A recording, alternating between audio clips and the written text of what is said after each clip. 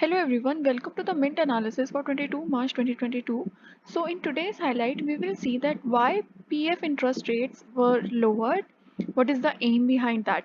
So first of all, what is a PF? So PF is for workers who have worked and now wants to have some retirement benefits.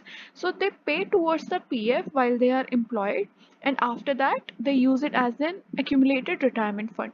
So right now what actually happens is whenever you deposit some money in PF, 85% of that is invested in debt and 15% is invested in equities. So based on this, they incur some returns and that is further passed on to the employees. Right now, according to the current Indian economy, the interest rates are such that in fixed deposit you incur 5 to 5.5% interest rates, on national savings 6.8 and public provident fund 6.8 to 7%. So, given this, the interest rates which were there on PF were quite high. That's why it became important to lower the PF interest as well, because otherwise you won't be able to fulfill to your promises and won't be able to provide that interest rates and will have to subsidize further on, and that will give a rise to pressure on the pockets of government and they won't be handle the economy. So that's why it was important to lower the PF rates. And now what will be the impact of this on a common man?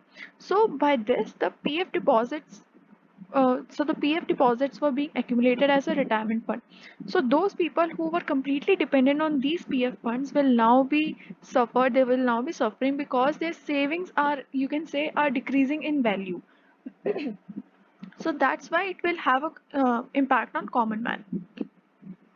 However, the PF interest rates is still a reflection of what the current Indian and global economy looks like.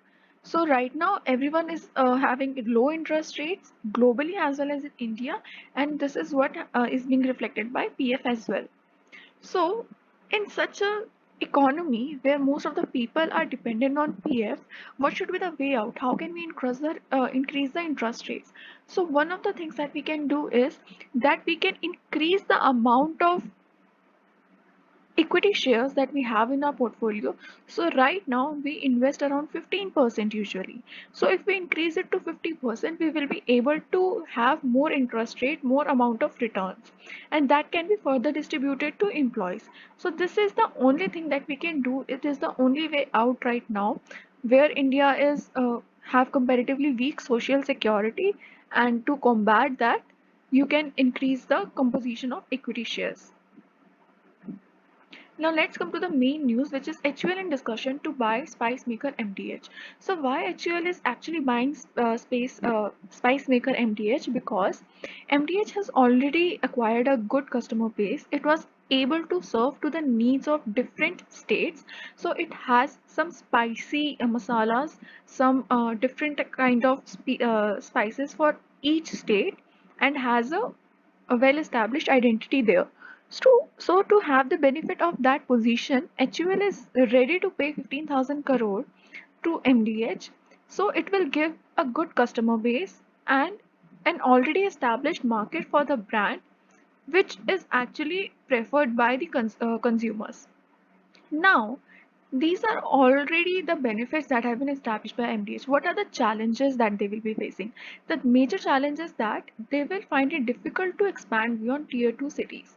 So, MDH has established channel till tier 2 cities, but to further go on to tier 3, tier 4, and tier 5, further expenses will need to be incurred and portfolio will need to be managed in terms of spices to cater to their needs. So this is the challenge that they will be facing.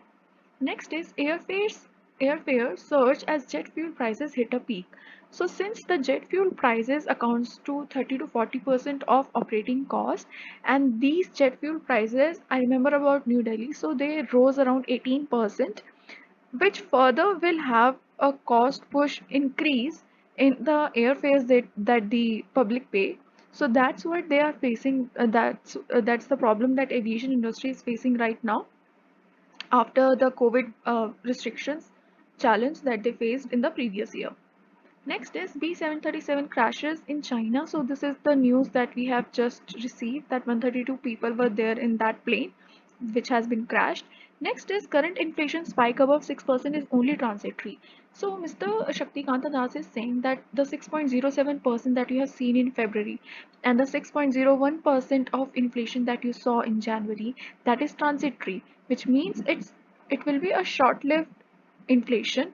However, they expected a 4.5% of inflation, but this type of inflation is because the crude prices are going up and down very frequently as the Ukraine Russia crisis is escalating the escalating the tensions, and sometimes they are ready for the talk. So it is moving according to the news. If Russia attacks a new area in Ukraine, the crude prices go up. If they say that okay, we are ready to settle, the crude prices go down. So that's why there is an uncertainty. The crude oil prices touched 130 and then 99 and then 112. That's why there is still an uncertainty. However, right now, what stance they have, the RBI has, is an accommodative stance. In accommodative stance, you are ready to have the money supply in the market and you encourage the spending. So that is what RBI has right now. Otherwise, it could have been hawkish or dovish. So right now, after the pandemic, most of the economies were having a hawkish stance. So there on in hawkish stance, they were increasing the interest rates because they didn't want people to take up loans. They wanted to decrease the liquidity in the market, so that's why they were being hawkish. The other stance was being dovish. So in dovish, you lower the interest rate so that there is more liquidity in the market and people and corporates take more and more loans. So these are the three stances that you have seen. The hawkish, where you increase the interest rate; dovish, where you decrease the interest rates; accommodative, where you allow the money supply and increase the spending; and the fourth is being neutral, where you don't increase or decrease the interest rates, you just let the economy however it is. So these are the four stances, and let's see what happens in future. The next is India Australia to boost crucial area ties. So India and Australia, what are they talking about? What are the crucial areas they are talking about here? These are critical minerals and mobility of students. So these are the crucial areas they will be talking about, and they will collectively invest in clean technology, space, and innovation, for which Australia has unveiled investments of Australian dollar 280 million to push in these areas, which we have seen here. So to bring into effect these agreements right now, early harvest trade deal and CESA is being talked upon, and they are trying to bring it as soon as possible. In case you want to have a deeper understanding of what early harvest trade deal is or CESA deal is, you can go on to the link which is there in description. I have already made a video about it, and that link will also be coming on the top right corner of the screen. So next is Austria backs India on buying Russian oil. So India was going to import oil from Russia on discounted prices because there they have low production cost, and India wanted to gain an advantage of that. While US was saying that if you purchase any oil from Russia, then you are going bad. It means that India is on the wrong side of history. That is what US said. However, Austria is saying that you have such a high oil demand, and if you prefer Russia to import such oil, then nothing is wrong with that. You should completely go over that, because in such disruptions, it's not easy to shift to any other economy for the import of oil, and India is totally doing the right thing for its economy. So Austria is backing it up. Next is Eversource Capital acquires a majority stake in lithium. So Eversource Capital is one of India's largest climate funds, which means it must have been investing in green technology. So right now it has acquired majority stake in lithium, and lithium's business is that it provides employee transportation services to companies, and the fleet that it has is 2000 electric vehicles, and after getting the funding it is going to expand its vehicle fleets, so there will be more vehicles, and it will also enhance its technology. So that will be the how it will utilize its funds.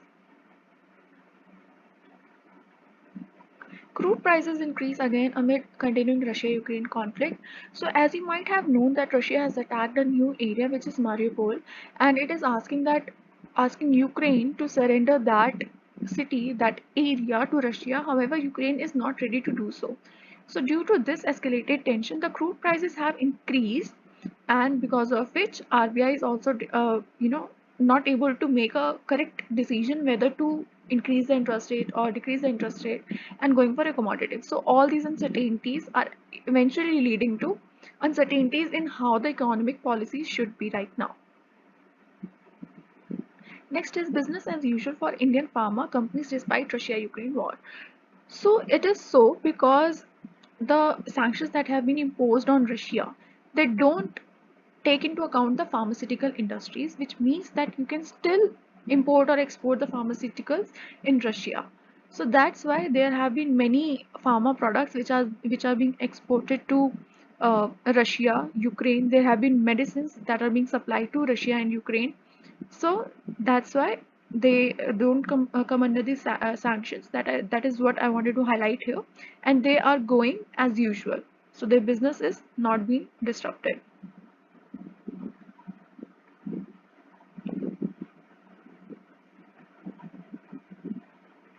Next is media entertainment sector poised to hit $30.9 billion by 2024. So it's a sector specific news where we are saying that the subscription revenue for TV is falling, but the media is such that the other sectors are compensating for it, and the revenue is going to grow further on, all in all. So whether subscription revenue for TV goes on to decrease even further down the line, but the revenue from other sectors is growing, and it is supposed to hit $30.9 billion by 2024. So for details you can read upon that, because it gives the composition of Indian market from where the revenue comes. So otherwise the main headline is that it will be $30.9 billion by 2024. Next is Ukraine rejects Russian call to surrender embattled Mariupol.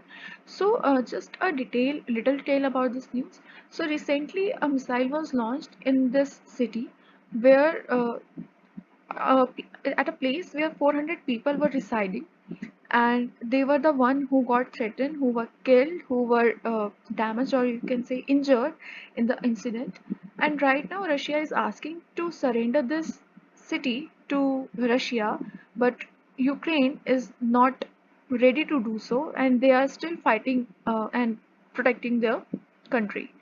So that's all we have in today's newspaper. If it has helped you, please hit the like and subscribe to my channel. To join my Telegram group, the link will be in description. Thank you so much.